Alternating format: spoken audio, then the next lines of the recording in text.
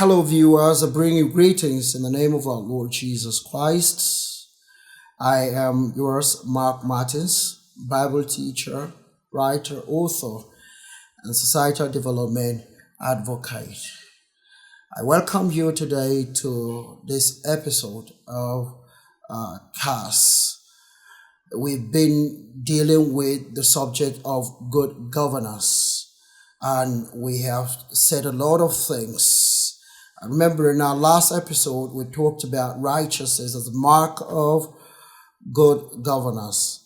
Today, I'd like us to look at truth as a mark of good governance. I think truth is something that almost everybody wants to associate with. Nobody wants to admit that he doesn't associate with the truth.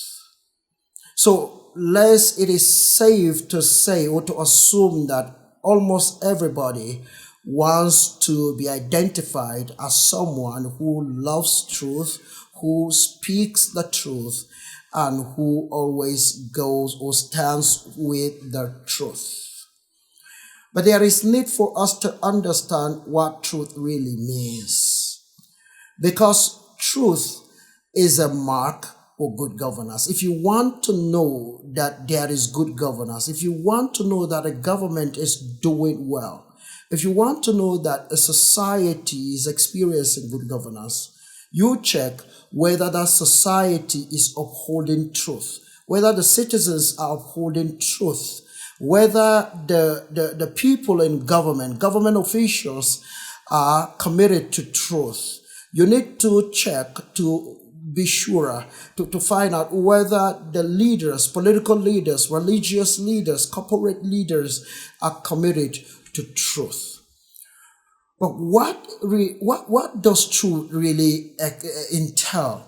Truth simply entails correspondence and agreeing with realities. So someone who commits to the truth is someone who presents things as they really are. Truth is coherence and congruence to realities, to existence as they are. So when we say that someone speaks the truth, what we are actually saying is that he says things just as they are.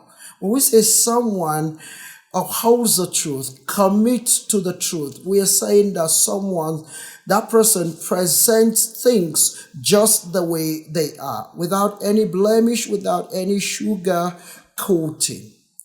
In most cases and in many contexts, truth stands in opposition to falsehood. So, where there is no truth, what you find is falsehood. And falsehood is simply deliberate attempt to speak lies with the intention of deceiving people.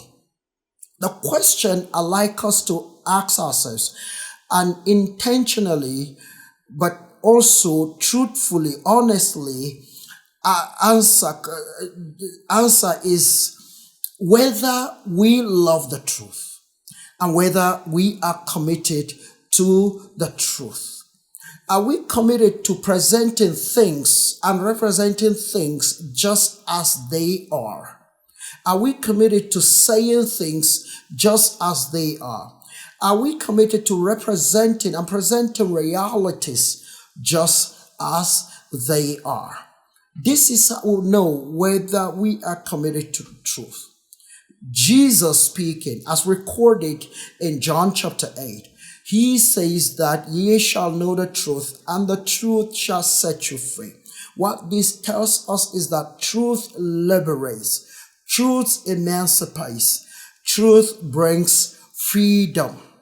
Yes, it is the knowledge of the truth that brings freedom, but I dare say to a large degree that standing for the truth, speaking the truth could land one into trouble. I think it is one of ancient Greek philosophers that says that nobody is hated as that person who upholds the truth.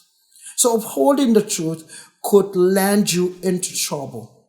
But that is something that we need if we truly want to experience good governance. That is something that we need to commit to, that it's truth. Nobody wants to be lied to. Nobody wants to be deceived.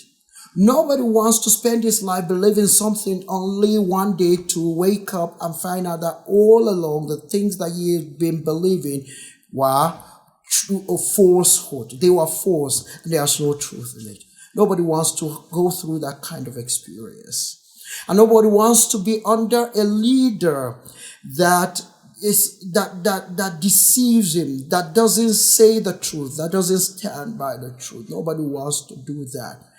Now, since we don't want to be deceived, we don't want to be lied to, then it means that we also should be committed to saying the truth and not doing anything intentionally to deceive people. Truth is something that you need to use when you want to mark someone as honest or dishonest. You can't know whether something or somebody is honest or dishonest unless you are committed to the truth. So, we want good governance, we need to uphold truth at all times, even if it does not favor us. Because oftentimes, we like to insist on the truth. We like to talk about truth only when it favors us. But when the truth does not favor us, there is a way we become repellent towards it. There is a way we would like to twist it or distort it. That is not commitment to truth.